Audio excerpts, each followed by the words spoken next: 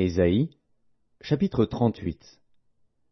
En ce temps-là, Ézéchias fut malade à la mort.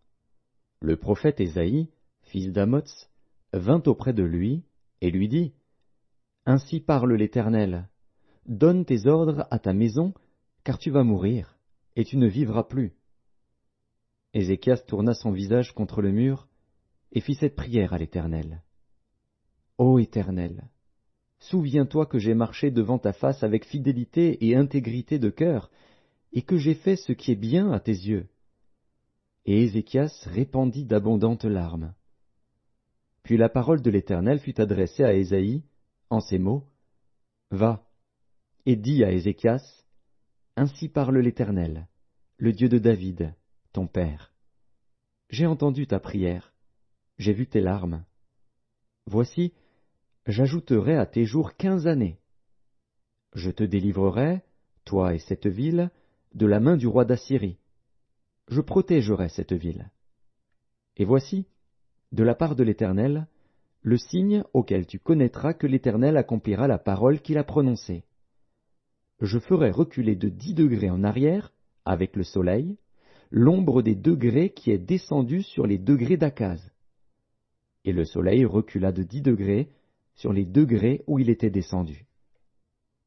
Cantique d'Ézéchias, roi de Juda, sur sa maladie et sur son rétablissement. Je disais, quand mes jours sont en repos, je dois m'en aller aux portes du séjour des morts.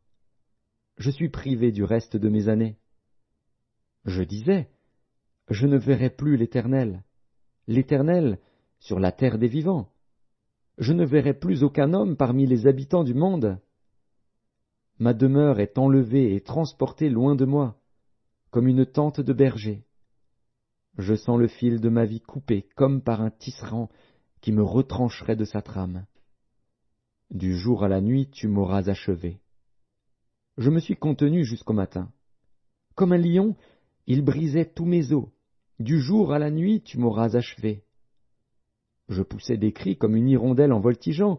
Je gémissais comme la colombe. Mes yeux s'élevaient languissants vers le ciel. Ô Éternel, je suis dans l'angoisse. Secours-moi.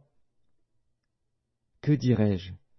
Il m'a répondu, et il m'a exaucé. Je marcherai humblement jusqu'au terme de mes années, après avoir été ainsi affligé. Seigneur, c'est par tes bontés qu'on jouit de la vie, c'est par elles que je respire encore. Tu me rétablis, tu me rends à la vie. Voici, mes souffrances mêmes sont devenues mon salut. Tu as pris plaisir à retirer mon âme de la fosse du néant, car tu as jeté derrière toi tous mes péchés. Ce n'est pas le séjour des morts qui te loue, ce n'est pas la mort qui te célèbre. Ceux qui sont descendus dans la fosse n'espèrent plus en ta fidélité. Le vivant, c'est celui-là qui te loue, comme moi aujourd'hui. Le Père fait connaître à ses enfants ta fidélité. L'Éternel m'a sauvé. Nous ferons résonner les cordes de nos instruments tous les jours de notre vie, dans la maison de l'Éternel. Ésaïe avait dit qu'on apporte une masse de figues et qu'on les étende sur l'ulcère, et Ézéchias vivra. Et Ézéchias avait dit, « À quel signe connaîtrai-je que je monterai à la maison de l'Éternel »